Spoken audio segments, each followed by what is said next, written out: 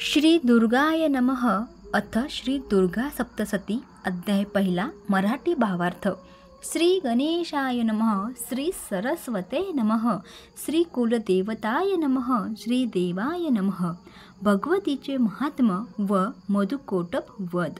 ओम या प्रथम चरित्राचा ब्रह्मदेव ऋषी आहे. महाकाली ही देवता आहे. गायत्री हा छंद आहे. नंदा ही शक्ती आहे. रक्तदंतिका हे बीज आहे. अग्नी हे तत्व आहे आणि ऋग्वेद हे स्वरूप आहे. श्री महाकालीची कृपा व्हावी म्हणून तिच्या प्रत्यर्थ प्रथम चरित्र जप विनियोग करावा.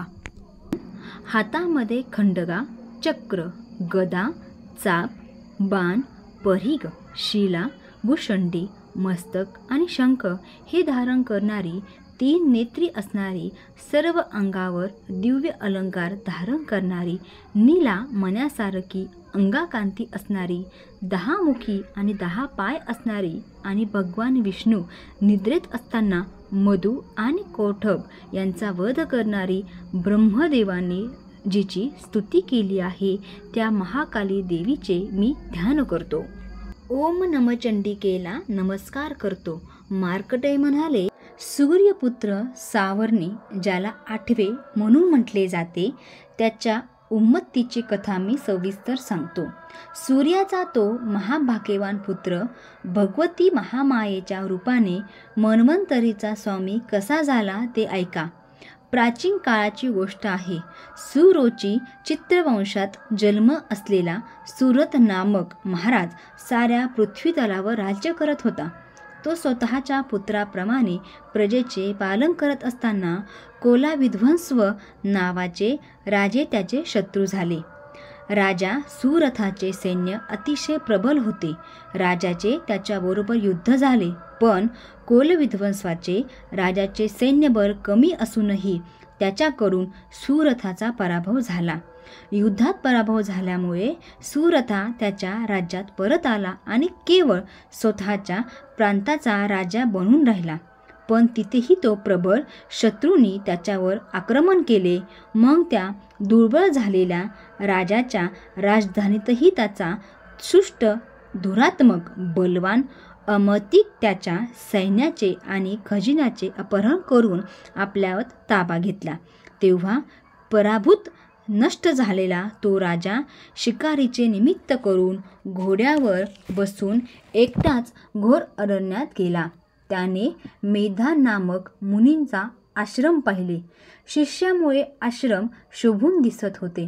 तिथे हिंस शोषित शांतपणे राहत होते. ते सर्व पाहून राजाला मोठे समाधान वाटले. तो आश्रमात गेला.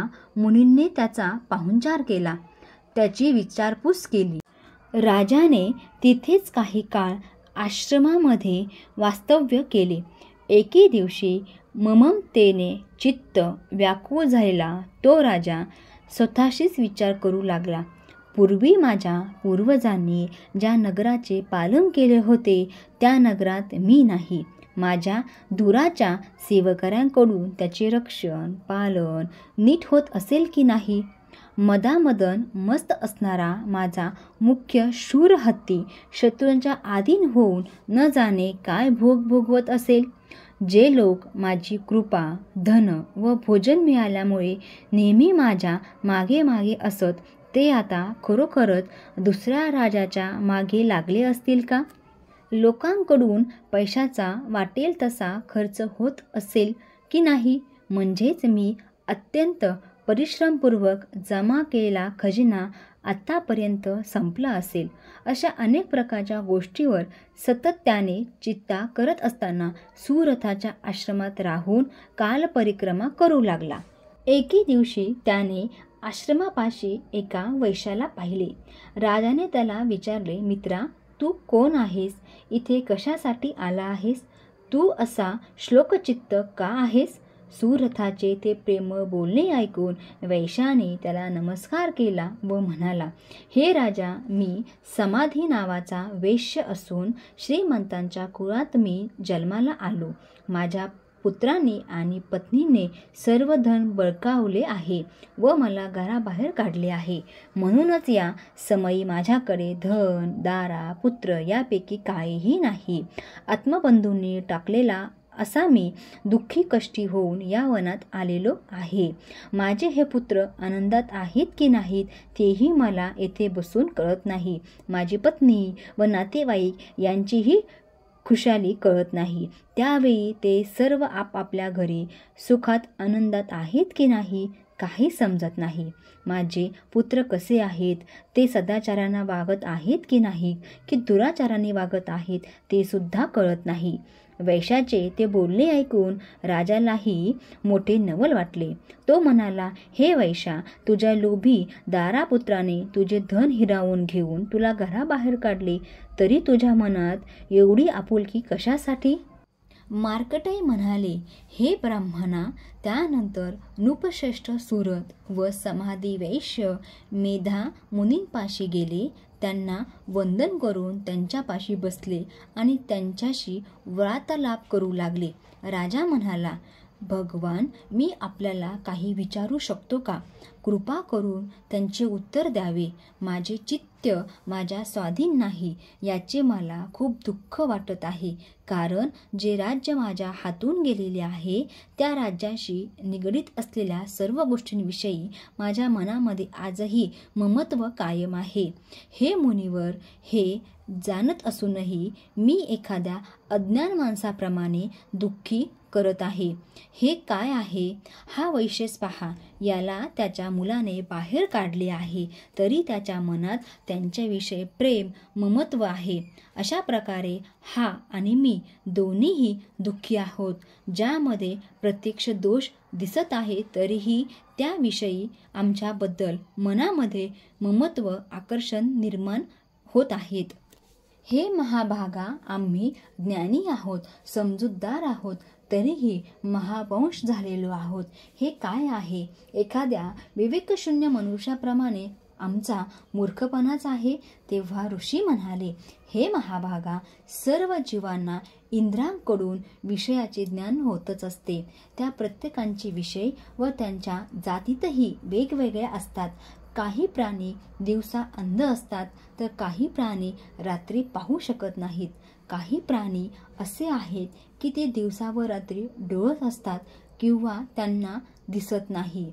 माणसे ज्ञानी, हुशार, समजूतदार आहेत हे खरे, पण त्यांचे बुद्धिपणा आहे असे नाही. कारण पशुपक्षी मृगादी सर्वच प्राणी ज्ञानी असतात. मनुष्याला जसे ज्ञान असते ते त्या पशुपक्ष्यांनाही असते. आता ज्ञानी असलेल्या पक्ष्यांकडे पहा. ते स्वतः भुकेने व्याकुळ झालेले आहेत, तरीही आपल्या पिल्लांच्या चोचीमध्ये किती आनंदाने धान्याचे दाणे घालत आहेत. त्यांना आपल्या पिल्ल्यांकडून कसलीही अपेक्षा नाही. पण मनुष्य मात्र आपल्या मुलांकडून अपेक्षा ठेवतात. लाभ व घेऊन आपण केलेल्या उपकाराची मुलांकडून परतफेड होईल अशा प्रकारची आशा धरणारी माणसे तू पाहत नाहीस का? ते ज्ञानी आहेत तरीही मोह-ममतेच्या मोहात पडलेली आहेत. हे नृपश्रेष्ठा, त्यात आश्चर्य वाटण्यासारखे काहीही नाही. संसाराचे सातत्य टिकवण्यासाठी भगवंती महामायेच्या प्रभावानेच हे होते. हे जगच अधिपती भगवान विष्णूंना त्यांच्यामुळेच योगनिद्रात आले होते. ती श्रीहरी विष्णूंचीच महामाया आहे. त्यांच्यामुळेच हे सर्व जग मोहित होते. ती देवी भगवंती ज्ञानी माणसाचे चित्ताही बलपूर्वक खेचून टाकते. ती संपूर्ण विश्वाची निर्मिती करते. प्रसन्न झाली तर मनुष्याचा मोह प्राप्तीचे वरदान देते. ती मुक्ती देणारी सनातन ब्रह्मविद्या आहे. सर्व विश्वाची अधिष्ठात्री अशी ती महामाया संसाराचे बंध निर्माण करणारी आहे.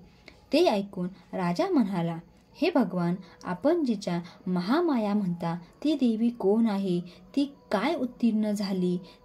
ती कोणते कार्य करते? हे विष्णू विपत्त्यांना श्रेष्ठ तिचा प्रभाव, तिचे स्वरूप, आपण तिची उत्पत्ती ज्या प्रकारे झाली त्याविषयी मी सर्व काही तुमच्याकडून ऐकू इच्छितो. तरी त्याबद्दल सांगण्याची कृपा करावी. ऋषी म्हणाले, हे राजा, वास्तविक ती देवी नित्य स्वरूपात आहे.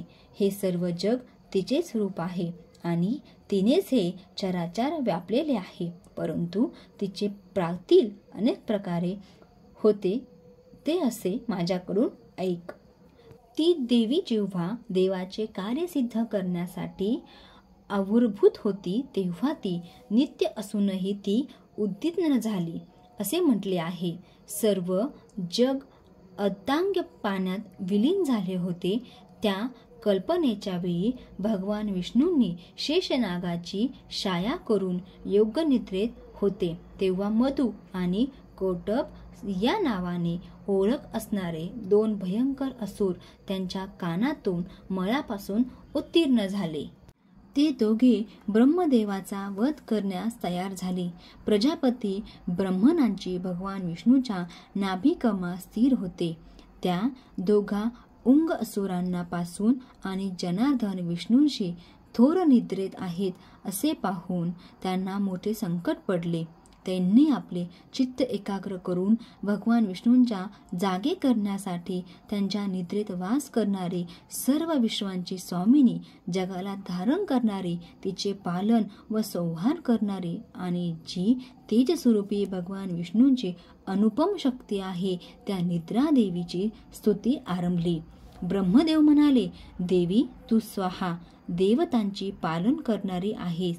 तू स्वतःची पितरांची पोषण करणारी आहेस. स्वाहा ही तुझे स्वरूप आहे. ते अक्षर आहेस, नित्य आहेस, जीवनांदी अमृत आहेस. ओंकारामधील अ, ओम, म या 3 मंत्राचा स्वरूपात तुझे वास्तव्य आहे. तसेच त्या प्रवक्तामध्ये 3 मंत्राचा वेतारक्त त्यांचा विशेष तत्वाचे उच्चार केले जात नाही. ती अधिमात्रा तूच आहेस. हे देवी तू संध्या आहेस, सावित्री आहेस आणि परमश्रेष्ठ जननी आहेस.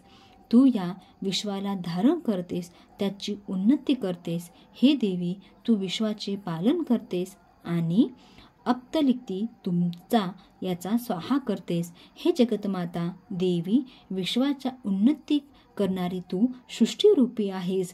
विश्वाचे पालन करणारी स्थितरूपी आहेस आणि कल्पाती विश्वांचा संहार करणारी समृद्धी आहेस. रूप सिंहार रूप धारण करणारी आहेस. तू श्रेष्ठ विद्या आहेस, महामाया आहेस, महामेदक बुद्धी, स्मरणशक्ती आणि महास्मृती आहेस. हे भगवंती तू महान मोहस्वरूप आहेस, अशी महादेवी आहेस, महास्मृती, महान देवता आहेस. तू 3ही गुणांना उन्नती करणारी सर्व जगाची प्रगती आहेस. हे देवी तू महाभयंकर अशी महाकाली, महारात्री व मोहन रात्री आहेस. तू श्री लक्ष्मी विश्व स्वामिनी आहेस. ऋण आणि बोध हे तिचे रक्षण आहेस, अशी बोध स्वरूप बुद्धी आहेस. तू लज्जा, पुष्टी, तुष्टी, शांती, क्षमा, शोषित आहेस. तू भयंकर स्वरूपाची असून खटक, शूल, गदा, चक्र, शंख, चाप, धनुष्य, बाण, भूषण, परीघ हे सर्व तू धारण करतेस. तू सौम्य आहेस. सौम्यातही तू सौम्य, वस्तूंपेक्षा जास्त सौम्य आहेस. तू सर्वधारक सुंदर आहेस. हे देवी पर आणि अपल पलीकडचे, अलीकडचे, दृष्टी, अदृष्टी या सर्वांमध्ये तूच सर्वश्रेष्ठ परमेश्वरी आहेस. या जगात कोठेही ज्या काही लहान मोठ्या सत असतात, वस्तू आहेत, त्या सर्वांची जी शक्ती आहे ती तूच आहेस. तेव्हा तुझी स्तुती करणे कसे शक्य आहे? हे देवी ज्या जगाचा सुसज्ज करता, पालन करता, संहार करता आणि ते भगवान विष्णूही तुझ्यामुळे योगनिद्रात झाला, म्हणून तशी स्तुती करण्यास कोण समर्थ आहे? ज्या अर्थी मला भगवान विष्णूंना, भगवान ईशान्याला म्हणजेच शंकराला तो शरीर धारण करण्यास लागले, त्या अर्थी तुझी स्तुती करणारी शक्ती कोणामध्ये आहे. हे देवी, तू स्वतःचा या उदार प्रवाहाने प्रसूत आहेस, म्हणून तू सर्व शक्ती निष्ठ आणि मधुकौंठिक नामक दोन्ही असुरांना मोहात कर आणि जगाची स्वामी असताना भगवान विष्णूंना त्वरित जागे करून त्यांना 2 महान असुरांचा मारण्याची बुद्धी प्रेरणा दे. ऋषी म्हणाले, राजा, ज्याप्रमाणे ब्रह्मदेवांनी तमगुणांची अधिष्ठीन करून योगनिद्रा देवीची स्तुती केली, तेव्हा मधु आणि कोठक या राक्षसांना मारण्याच्या उपदेशाने विष्णूंना जागृत करणारी ती देवी भगवंतीच्या नेत्र, मुख, नाक, बाहू, हृदय, छाती यातून निघून ब्रह्मदेवासमोर प्रकट झाली. त्यावेळी योगनिद्रेतून मुक्त होऊन जगतस्वामी जनार्दन जागे झाले. ते ऐक शेषशायनावरून उठले. त्यांनी सृष्टी अत्यंत बलवानशाली पराक्रमी अशा मधुकौंटक दैत्यांना पाहिले. त्यावेळी डोळ्याने क्रोधित लाल झालेले दोघी दैत्य पाहून ब्रह्मदेवाला खाण्यासाठी पुढे आले. भगवान श्रीहरींनी त्यांच्याशी युद्ध केले. बलाने अत्यंत उन्नीत झालेल्या आणि त्यातच महामायेचे मोहित झालेल्या त्या दैत्यांनी विष्णूशी 5000 वर्ष बाहुयुद्ध केले. शेवटी ते दोघे केशवाला म्हणाले, आम्ही तुझ्या पराक्रमाने संतुष्ट झालेलो आहोत. तू आमच्याकडून वर मागून घे. तेव्हा भगवान म्हणाले, जर तुम्ही माझ्यावर संतुष्ट झाला असाल तर दोघांचाही वध माझ्याकडून व्हावा, हाच वर मी मागतो. ऋषी म्हणाले, हे राजा, अशा प्रकारे विष्णूकडून फसलेल्या त्या दोघा दैत्यांनी सर्व जगच जन्मले झालेले आहे असे पाहिले. त्यांनी उंती केली. ते म्हणाले, हे कमललोचना, इथे पृथ्वी जन्मल झालेली नसेल अशा कोरड्या ठिकाणी तू आमचा वध कर. विष्णू पुढे म्हणाले, हे राजा, तेव्हा ठीक आहे. असुर आणि शंख, चक्र, गदा धारण केलेल्या श्रीहरी त्या दोघांचे मस्तकी आपल्या मांडीवर घेऊन चक्राने तोडून टाकली. अशा प्रकारे ब्रह्मदेवाने स्तुती केल्यावर जीही देवी स्वतः प्रकट झाली, त्या देवाचे प्रभावतही मी तुला सांगतो. ऐक. याप्रमाणे श्री मार्कटेय प्रमाणातील सावर्णिक ममंतर मधु क्वेटिक वधाचा पहिला अध्याय पूर्ण झालेला आहे. तर मैत्रिणींनो, तुम्हाला पहिला अध्याय मराठी भाषेमध्ये कसा वाटला कमेंट बॉक्समध्ये नक्की कळवा. व्हिडिओ आवडल्यास नक्कीच व्हिडिओला लाईक करा, शेअर करा आणि प्रज्ञात मराठी गृहिणी चॅनलला सबस्क्राईबसुद्धा करा. ओम ऐं क्लीं चामुंडाय उच्चे.